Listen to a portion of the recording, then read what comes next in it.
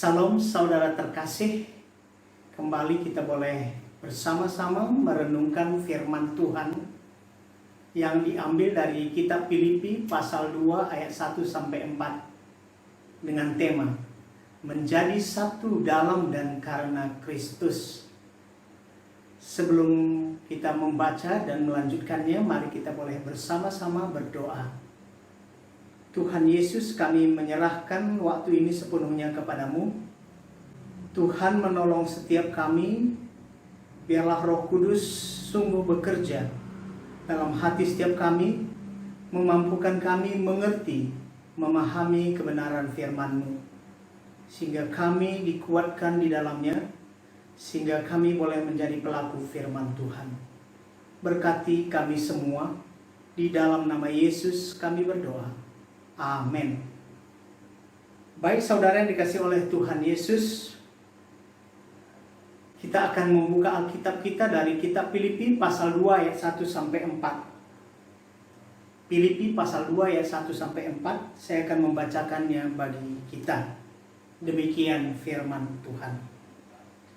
Jadi karena dalam Kristus ada nasihat, ada penghiburan kasih, ada persekutuan roh, ada kasih mesra dan belas kasihan.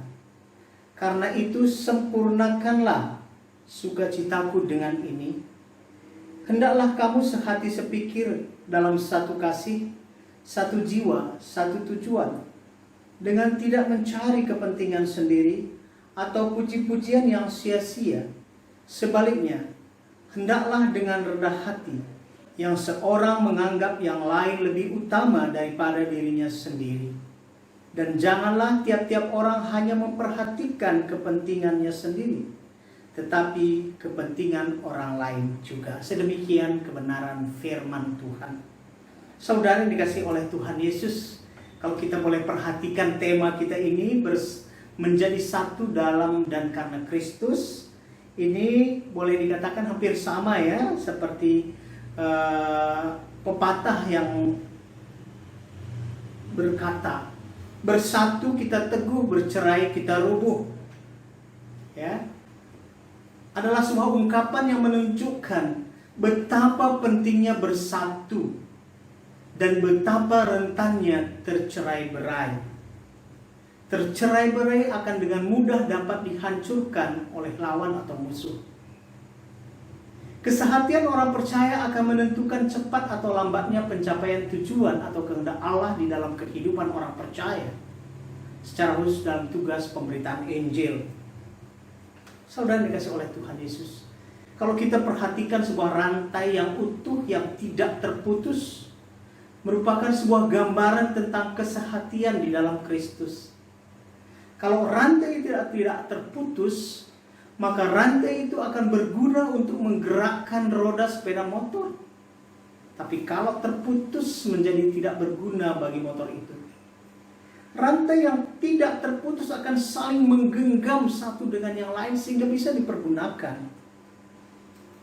Satu gambaran yang menarik juga digambarkan oleh Tuhan Yesus tentang suatu bangunan tubuh yang sempurna, di mana Kristus sebagai kepala dan jemaat-jemaat semua adalah anggota-anggota tubuh yang harus melekat kepada tubuh dan masing-masing bekerja menurut fungsinya masing-masing. Saudara yang dikasihi oleh Tuhan Yesus, keberbedaan kita dalam karakter atau suku, intelektual atau talenta dan sebagainya harus menunjukkan kekayaan dan kekuatan di dalam tubuh Kristus. Semuanya harus mengerjakan keseluruhan kehendak Allah di dalam hidup kita. Ini hanya bisa terjadi karena di dalam setiap orang percaya yang didiami oleh roh yang sama, yaitu Roh Kudus yang mengerjakan semua kehendak Allah bagi semua orang percaya. Roh yang sama tidak akan mengerjakan perpecahan-perpecahan di dalam kesatuannya sendiri. Inilah rahasia persekutuan orang percaya. Tetapi mengapa bisa terjadi perpecahan di tengah-tengah gereja atau pelayanan? Adalah sebuah pertanyaan yang serius. Kalau memang satu roh, kenapa perpecahan dapat terjadi? Tuhan tetap memberikan satu opsi bagi setiap orang percaya, pilihan yang bebas. Taat atau tidak. Hidup mau dipimpin oleh Roh Kudus atau dipimpin oleh egoisme kita sendiri. Dari sini kita dapat menjawab mengapa bisa terjadi perpecahan dalam gereja sebagai tubuh Kristus. Karena tidak adanya lagi ketaatan yang menyebabkan tidak mau dipimpin oleh Roh Kudus. Masing-masing hidup menurut kehendaknya sendiri. Menjadi satu dalam dan di dalam Kristus. Maksud saya menjadi satu dalam dan karena Kristus adalah suatu tema yang mungkin sangat ringan, ya, biasa, tapi susah tercapai kalau kita tidak jaga ketaatan kepada Allah. Tuhan Yesus sendiri mendoakan semua murid-muridnya saat itu. Dan tentu saja kepada semua orang-orang percaya saat ini oleh pemberitaan Injil, ya. Dan juga kepada kita saat ini yang diutus ke dalam dunia untuk menyatakan kasih-Nya. Kita bisa baca dalam Yohanes 1 ayat 18 sampai 21. Mengapa Tuhan Yesus sendiri berdoa khusus untuk kesehatan orang percaya? Karena Tuhan Yesus tahu menjadi satu dalam dan karena Kristus adalah suatu tema yang mungkin ringan, tetapi susah tercapai kalau kita tidak menjaga ketaatan kepada Allah. Tuhan Yesus sendiri mendoakan semua murid-muridnya saat itu. Dan tentu saja kepada orang-orang yang sudah percaya oleh pemberitaan Injil yang dilakukan oleh murid-murid. Dan juga kepada kita saat ini yang diutus ke dalam dunia untuk menyatakan kasih-Nya. Dalam Yohanes 1 ayat 18 sampai 21. Mengapa Tuhan Yesus sendiri berdoa khusus untuk kesehatan semua orang percaya? Karena Tuhan Yesus tahu dunia pasti membenci orang percaya. Yohanes 17 ayat 14. Dunia, saudara kasih Tuhan Yesus, pasti berusaha menghancurkan kesehatan orang percaya supaya berita Injil terhenti diberitakan. Itulah sebabnya penting menjaga dan memelihara kesehatan di dalam Tuhan Yesus. Memang setiap orang percaya didiami oleh Roh Kudus yang akan mengerjakan kesatuan dalam tubuh Kristus. Kesatuan ini harus tetap terjaga dan dipertahankan oleh semua jemaat karena menyadari Kristus di dalam hidup. Inilah menyebabkan kesatuan dapat langgeng terpelihara. Untuk itu sikap egoisme harus ditekan dan mengutamakan bagaimana Kristus dinyatakan di dalam hidup. Dalam kesehatan, kuasa Allah dalam Roh Kudus dapat bekerja maksimal untuk menyatukan masing-masing tubuh Kristus. Disinilah seharusnya orang percaya atau jemaat Tuhan menyadari fungsi dan tugasnya masing-masing, sehingga terjalin keharmonisan dan akan mempercepat tercapainya sebuah tujuan yang sudah ditetapkan. Jemaat Filipi sebagai alamat tujuan surat dari Rasul Paulus ini juga ditujukan kepada kita saat ini, supaya kita semua tetap sehati sepikir dalam Kristus. Dengan demikian di tengah-tengah kita akan tergenapi nyata karya Kristus bekerja dalam hidup kita. Bagaimana kita dapat menjadi satu dalam dan karena Kristus? Apa yang harus kita lakukan, saudara? Yang pertama menurut nas yang kita baca tadi, kita harus hidup dalam pimpinan Tuhan. Ayat 1. Tentang hidup dalam pimpinan Kristus dan hubungannya dengan kesatuan jemaat di dalam Kristus, saya teringat dalam Matius 6 ayat 33. Dalam terjemahan bahasa Indonesia masa kini dikatakan, jadi usahakanlah dahulu supaya Allah memerintah atas hidupmu dan lakukanlah kehendaknya. maka semuanya yang lain akan diberikan Allah kepadamu. Perhatikan kata yang dinyatakan dalam ayat ini. Usahakanlah Allah memerintah atas hidupmu. Rasul Paulus melihat demikian pentingnya jemaat mengetahui bahwa mereka sudah berada dalam Kristus. Maka haruslah mereka juga menyadari semua apa yang dikehendaki Allah di dalam hidup mereka. Jemaat harus menyadari bahwa kita, saya dan saudara adalah milik Kristus. Dan di dalam kita pribadi harus mencerminkan Kristus hidup dalam kita. Oleh sebab itu kita harus senantiasa hidup dalam pimpinan Kristus. Supaya Allah menyatakan kuasa dan kehendaknya, maka ketertundukan kepadanya harus diutamakan. Oleh sebab itu saudara, sikap mau diperintah Allah dan melakukan kehendak Allah adalah kunci dari semuanya. Inilah sikap yang bergantung sepenuhnya kepada Allah.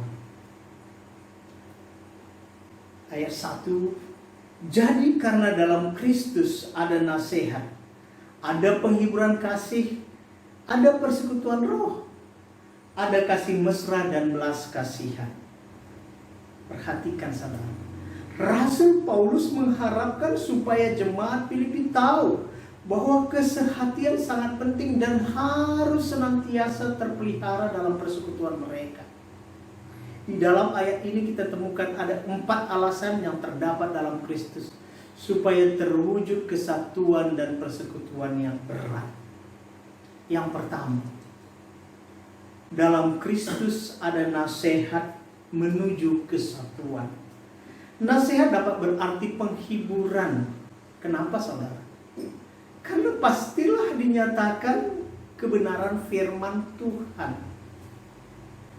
Pastilah firman Tuhan yang dinyatakan itu akan membuat seseorang merasa kuat, terbangun, bangkit imannya, dan merasakan keteduhan dalam kasih Kristus. Jadi kalau seseorang saudara menolak kehendak dan tujuan Kristus, berarti dia mengundang perpecahan di dalam persekutuan tersebut.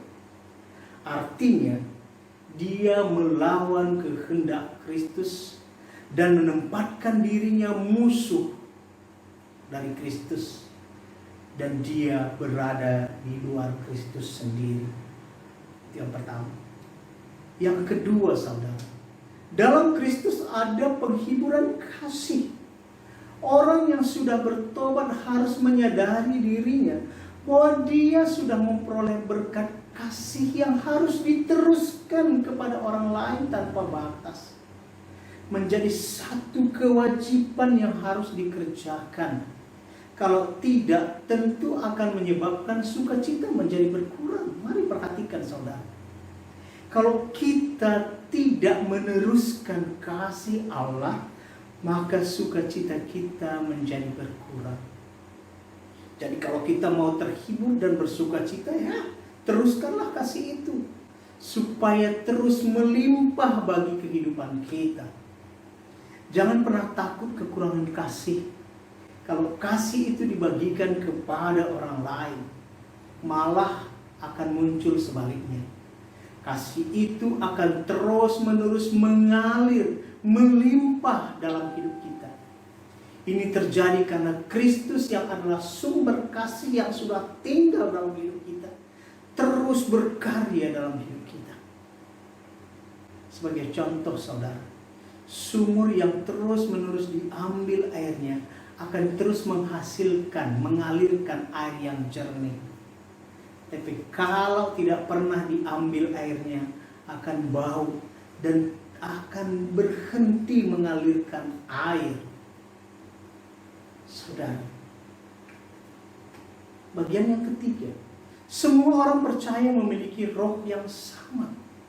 Jelas sekali, karena orang percaya mendapat pengesahan yang sempurna di dalam keberadaannya sebagai orang yang sudah diselamatkan. yang menjadi tanda milik Kristus karena sudah dimeteraikan oleh Roh Kudus. Saudara yang dikasihi oleh Tuhan Yesus, sadarlah, Roh Kudus yang tinggal dalam hati setiap orang percaya, dalam hati saya dan saudara sebagai orang percaya. Ada roh yang sama bekerja masing-masing. Roh ini pasti menginginkan adanya kesatuan yang utuh sebagai tubuh Kristus. Persekutuan roh akan mengerjakan kesehatian di tengah-tengah jemaat. Inilah sifat Roh Kudus. Oleh sebab itu, jika ada yang menginginkan terjadinya perpecahan dalam jemaat, itu bukan berasal dari Roh Kudus. Juga dikatakan dalam Kristus ada kasih mesra dan belas kasihan. Kesadaran karena Kristus hidup di dalam semua orang akan membuat semua orang percaya merasa ada rasa belas kasihan kepada orang lain. Rasa yang berbelas kasihan yang ketika memandang kepada jiwa-jiwa di sekitarnya yang belum percaya kepada Kristus, pasti tahu, wow, maut pasti menanti hidup mereka.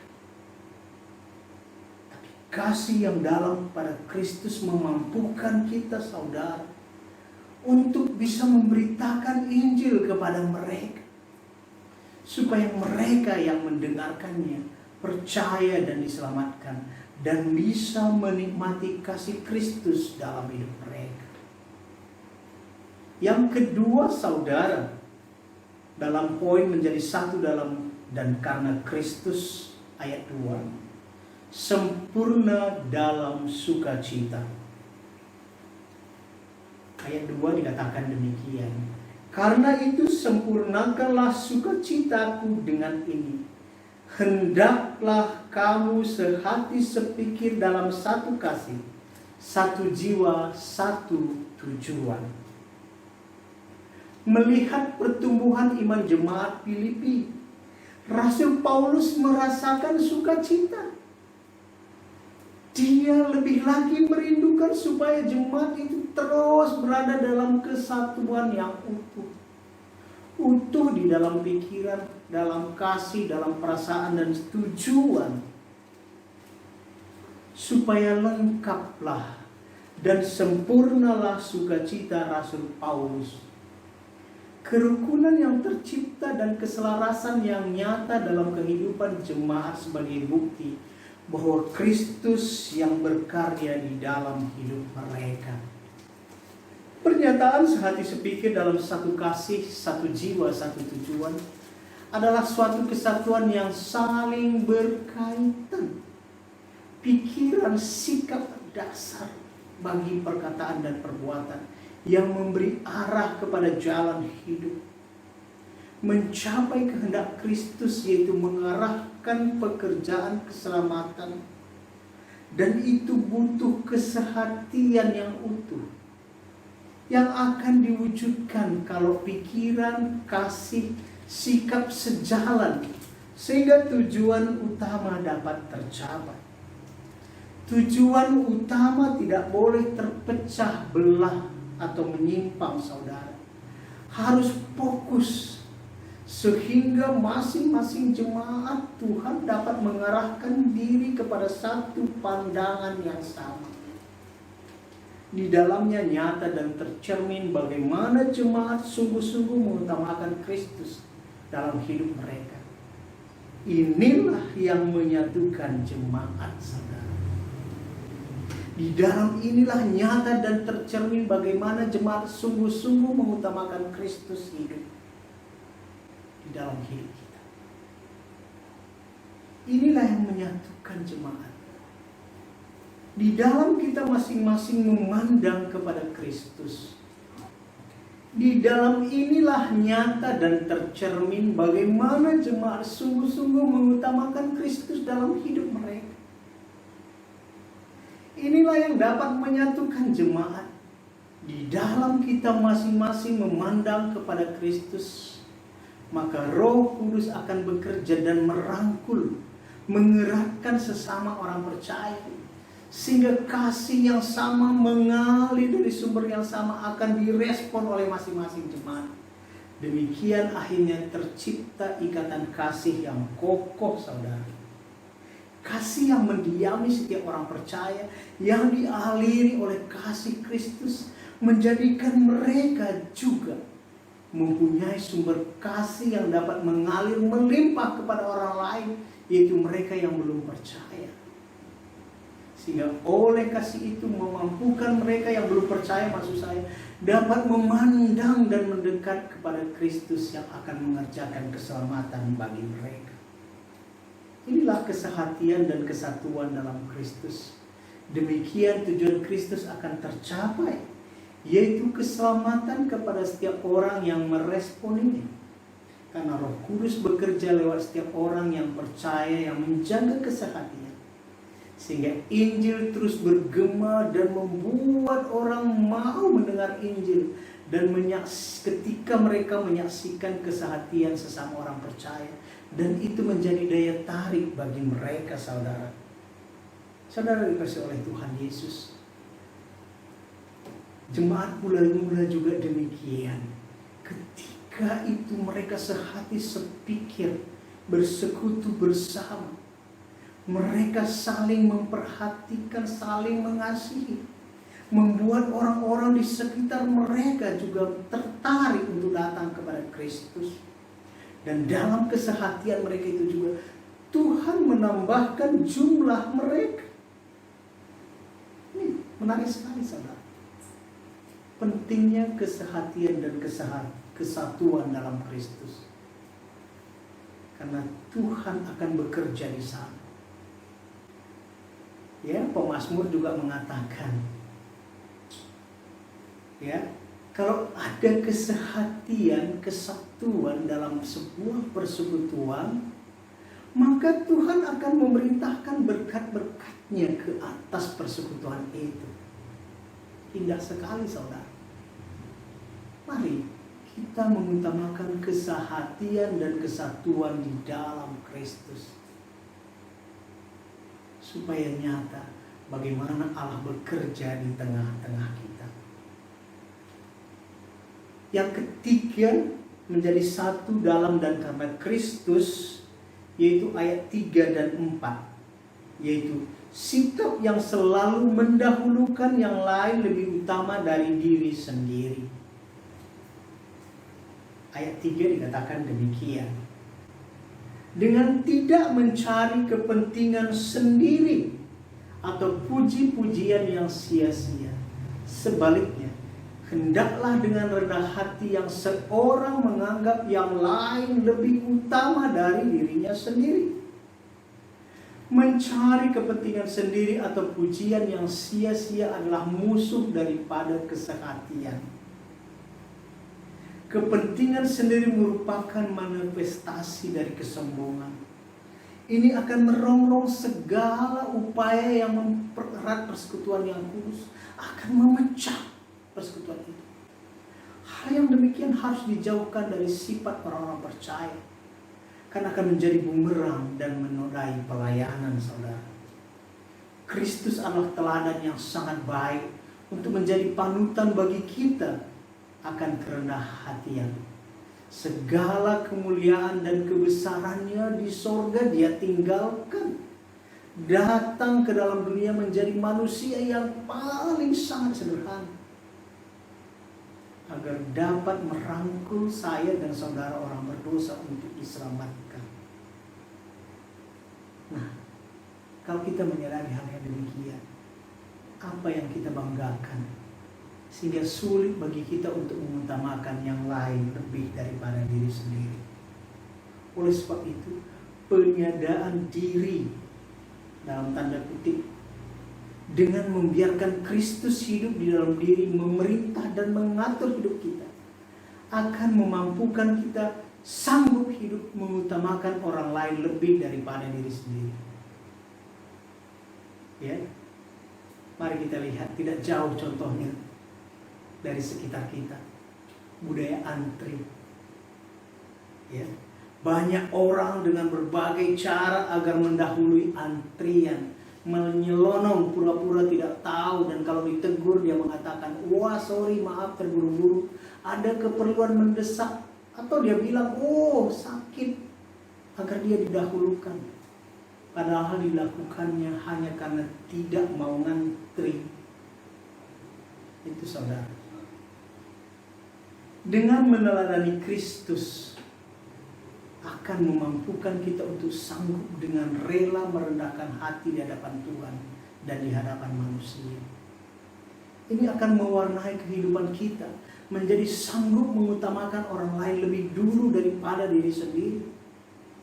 Dan makin nyatanya kesehatian tercipta di tengah-tengah persekutuan orang percaya. Tapi bila sebaliknya, bila mencari kepentingan sendiri diutamakan, ya, menunjukkan sikap ambisi, baik pribadi maupun golongan, dan ini pasti berbuahkan perpecahan. Sehingga sikap ini harus dihindari. Itulah sebabnya Tuhan Yesus berdoa bagi kesehatian semua murid-muridnya, agar satu adanya supaya tujuan utama pemberitaan Injil untuk keselamatan jiwa-jiwa dapat tercapai, saudara. Sikap rendah hati adalah suatu pengertian yang sangat dalam, yaitu hanya mengagungkan kemahakuasaan Allah yang luar biasa. Sebaliknya, aku lemah, papa, dan miskin. Tidak ada yang dapat aku andalkan dibandingkan dengan kekuasaan Allah. Sehingga ada rasa ingin dan harap terus kepada Allah, bergantung hanya kepada Allah. Sikap ini penting dimiliki oleh setiap orang percaya jemaat Tuhan, karena akhirnya akan menimbulkan rasa menjadi pelayan, bukan untuk dilayani. Kondisi ini akan terbangunnya sebuah kesatuan yang saling menghargai di antara orang percaya, dan menjadi sebuah kekuatan dalam mewujudkan visi Kristus, yaitu pekerjaan menyelamatkan umatnya dari dosa mereka. Kalau kita mengingat bagaimana Tuhan Yesus memberi teladan kepada murid-muridnya dengan membasuh dan melap kaki murid-muridnya, sungguh dia mengajarkan agar kita saling merendahkan diri dan melayani sesama.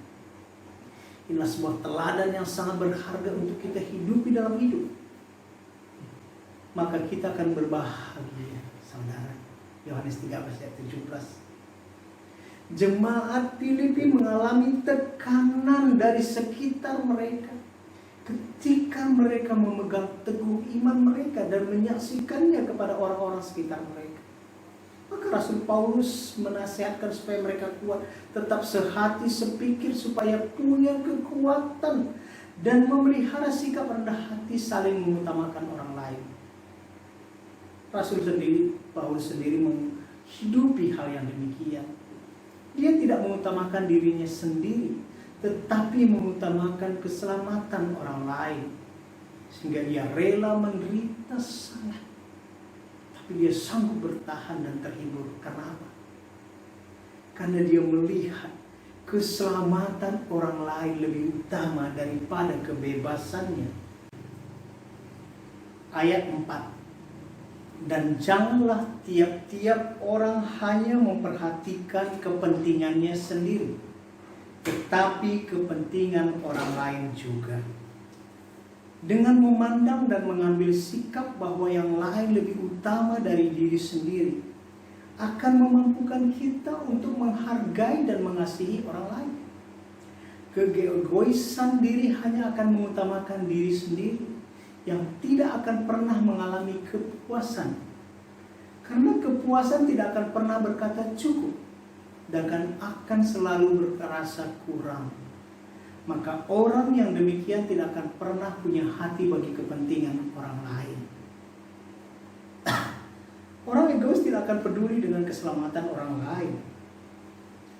Kapankah seseorang dapat merasa puas dan cukup dalam dirinya? Kalau dia punya hati dan memandang kepada orang lain lebih utama dari dirinya sendiri. Dan ini hanya akan dapat terjadi jika dia mau dipimpin oleh Roh Kudus. Pada saat demikianlah dia mampu bersyukur dan berkata cukup, dan siap untuk berbagi.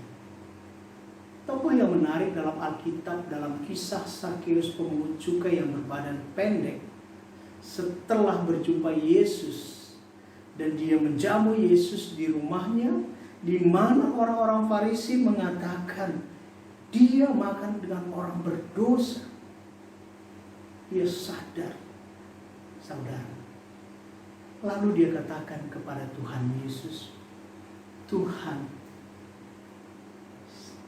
setengah dari milikku akan kuberikan kepada orang-orang miskin. Dan kalau ada yang kuperas akan kukembalikan 4 kali lipat. Saudara dikasih oleh Tuhan Yesus. Orang yang sungguh-sungguh merendahkan hatinya di hadapan Tuhan, yang cukup merasa puas bersama dengan Tuhan, tidak akan lagi menjadi egois di dalam dirinya, sehingga dia akan terbuka untuk keberadaan orang lain. Saudara, pelajaran apakah yang kita dapat dari perenungan firman Tuhan saat ini? Kalau Kristus saja yang adalah pemilik sorga rela meninggalkan segala kemuliaannya di sorga, dia datang ke dalam dunia menjadi orang yang hina dan mati di atas kayu salib demi keselamatan saya dan saudara orang berdosa yang sesungguhnya tidak layak. Adakah alasan bagi saya dan saudara untuk menyombongkan diri dengan mengabaikan orang lain? Adakah alasan bagi saya dan saudara, aku yang terutama dan yang harus dipuaskan terlebih dahulu, yang lain nanti-nanti saja kalau aku sudah berlebihan? Kapankah manusia merasa diri berlebihan? Bukankah selalu akan berkata, aku masih kurang? Kalau demikian halnya, bisakah kita berbahagia kalau hanya mementingkan diri sendiri dan egois? Dapatkah kita sehati dan sepikir kalau sifat keegoisan yang kita pelihara dalam diri kita? Tuhan Yesus berkata kepada murid-muridnya tentang saling melayani dan mengutamakan orang lain lebih utama dalam diri. Itu dalam Yohanes 13 ayat 17 dikatakan, berbahagialah kamu jika melakukannya. Melakukan apa? Mengutamakan orang lain lebih dahulu. Maka ada kebahagiaan yang didapat. Orang yang melakukannya yang berbahagia, saudara. Rasul Paulus katakan kepada jemaat Filipi dalam pasal 2 ayat 4 ini tadi, dan janganlah tiap-tiap orang hanya memperhatikan kepentingannya sendiri, tetapi kepentingan orang lain juga. Ini artinya apa? Kita harus membiasakan diri untuk berpikir, berbicara mengenai kepentingan orang lain. Firman Tuhan ini berbicara kepada kita saat ini. Bagaimana kita menjadi satu dan karena Kristus. Karena Kristus menjadi fokus utama kita. Masing-masing kita akan mencapai satu kesatuan dan kesehatian dalam berpikir, saudara. Dalam perasaan, untuk mencapai satu tujuan utama. Apa itu? Bagaimana supaya Kristus dimuliakan.